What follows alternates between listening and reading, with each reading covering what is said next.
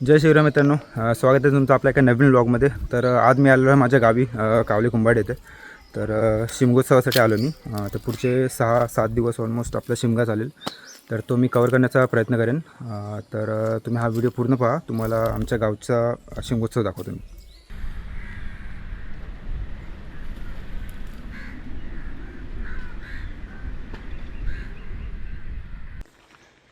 आज आहे होळीचा दिवस. आमच्या गावदेवीच्या साक्षीने अख्खा गाव एकत्र येण्याचा दिवस. घराघरातून लोक एकत्र येऊन खांद्याला खांदा लावून लाकडं जमा करतात. होळी माळावरती आमच्या जननी मातेच्या मंदिरा शेजारीच लागते. सध्या या मंदिराचं जीर्णोद्धाराचं काम चालू आहे. होळीच्या या सणात एक अनोखी परंपरा आमचं गाव अजूनही जपतोय, ती म्हणजे खेळी. साडी नेसून नटलेलं हे लहानगं रूप पाहिलं. ही आमची खेळी आपल्या गावात आणि शेजारच्या कुंभाडे गावात जाऊन भक्तिभावाने दिलेली नारळाची ओटी घेऊन येते. आणि महत्त्वाचं म्हणजे पालखीसमोर सर्वात आधी हीच ओटी भरली जाते. यालाच आम्ही खेळ्यांची ओटी म्हणतो.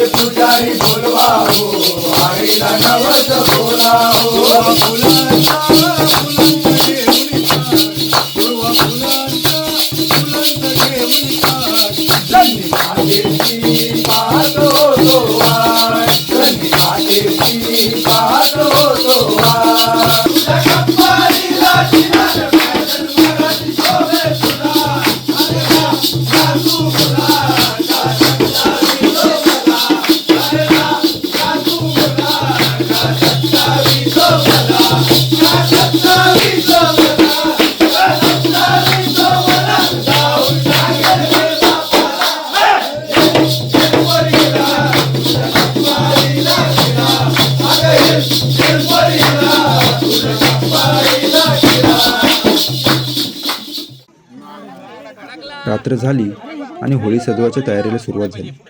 निस्वार्थ भावनेने सगळे एकत्र येतात आणि मेहनतीने अवाढव्य अशी होळी उभी राहते. कोकणी लोकांचा हा रांगडा उत्साह आणि श्रद्धेचा हा सोहळा खरोखरच पाहण्यासारखा असतो.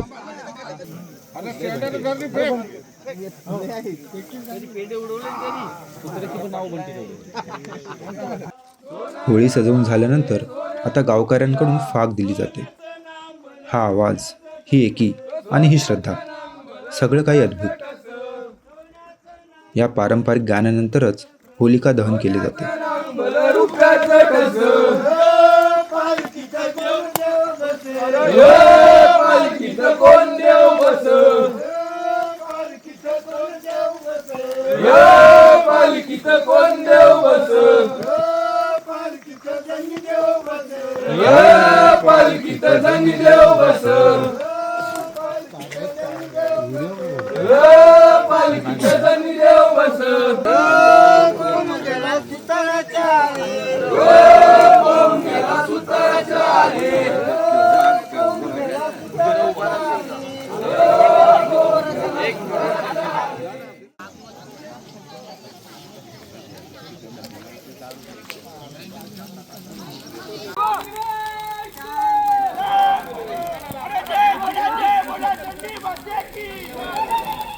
होळीच्या उजव्या बाजूला जर तुमची नजर गेली तर एक उंच बांबू तुम्हाला दिसेल. या बांबूच्या टोकाला आंब्याची पानं आणि एक जिवंत कोंबडीचं पिल्लू बांधलं जातं. विशेष म्हणजे कोणतीही इजा न करता विधी पूर्ण झाल्यानंतर त्याला जंगलात मुक्त सोडलं जाईल.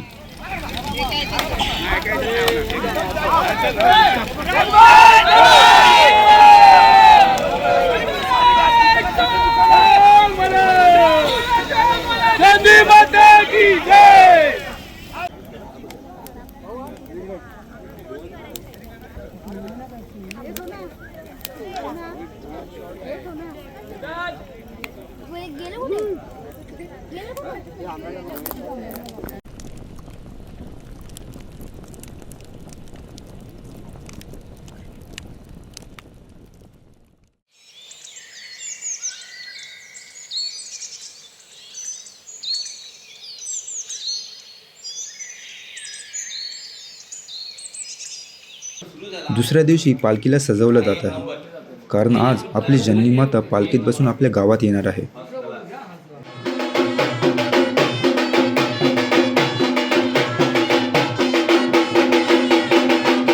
खालूबाजा आणि सनईच्या सुरात पालखी गावदेवी मंदिराच्या दिशेने मार्गस्थ होते.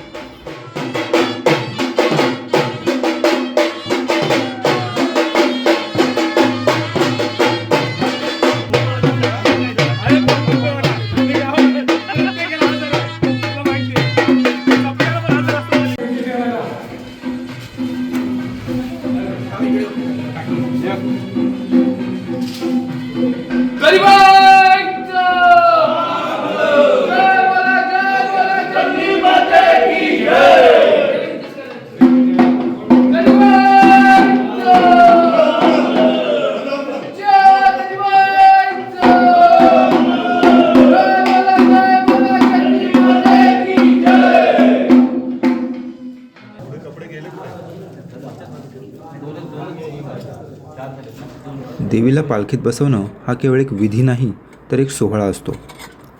गावातील ज्येष्ठ आणि अनुभवी मंडळी मोठ्या श्रद्धेने एकत्र येतात.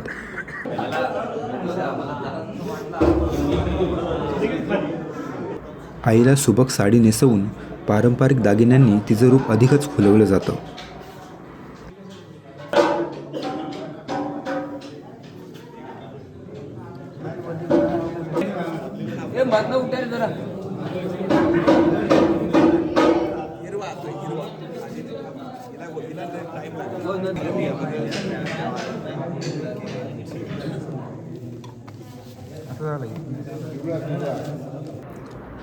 आता देवीचं हे तेजस्वी रूप पालखीत बसून गावाला दर्शन देण्यासाठी सज्ज झालं आहे.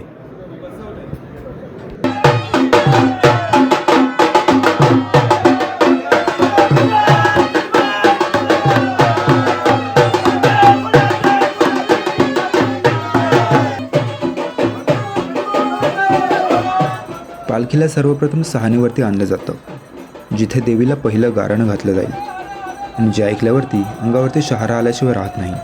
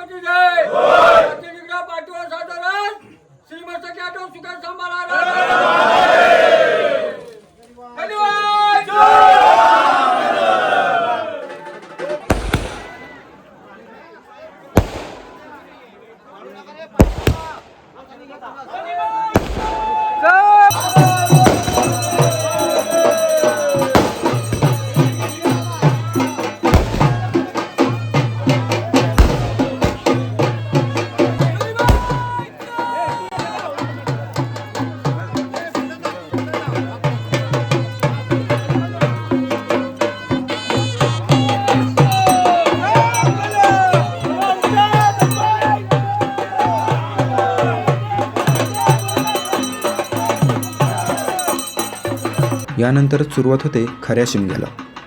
पालखी होळीला वळसा घालून मार्गस्थ होते गावच्या दिशेने.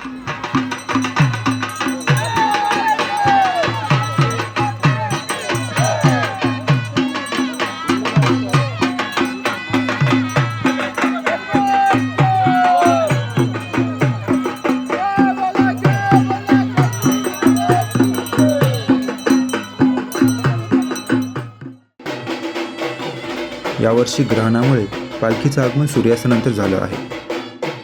त्यामुळे गावच्या मुलांनी आगमनाची जबरदस्त तयारी केली होती.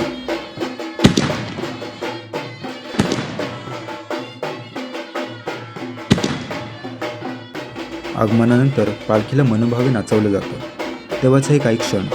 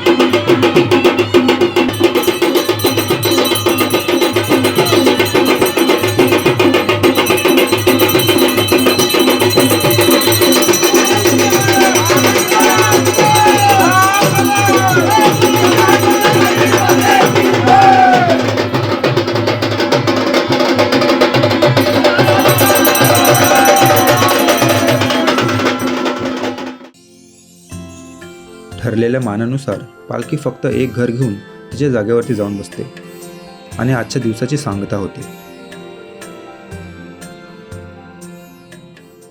तर मित्रांनो, आज आहे दुसरा दिवस आपल्या शिमग्याचा. तर काल रात्री आपली पालखी आली, काल रात्री बसली. आज सकाळपासून तर उठल्यानंतर आता दुपार झालेली आहे. आता चूर्णाचा प्रसाद होईल, म्हणजेच एक नारळाचा प्रसाद दाखवला जातो. आणि मग इथून पुढे पालखी उठेल आणि मग पुढचे 4 दिवस गावात प्रत्येक घरात जाईल ती. तर मी इथला पुढचा प्रवास दाखवतो तुम्हाला.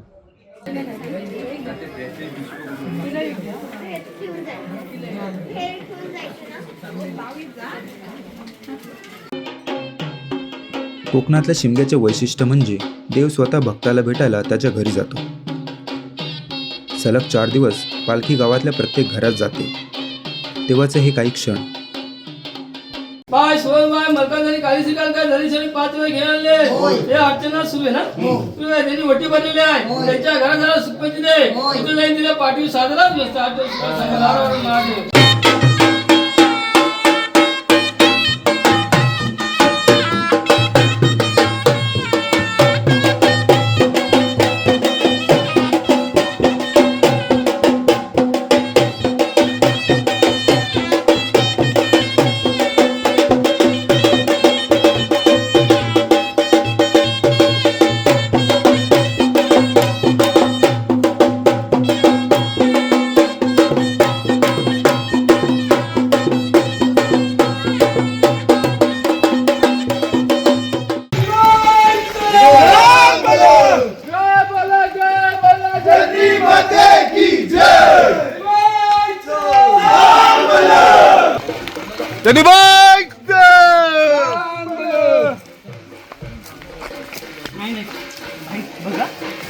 बाजूला बाजूला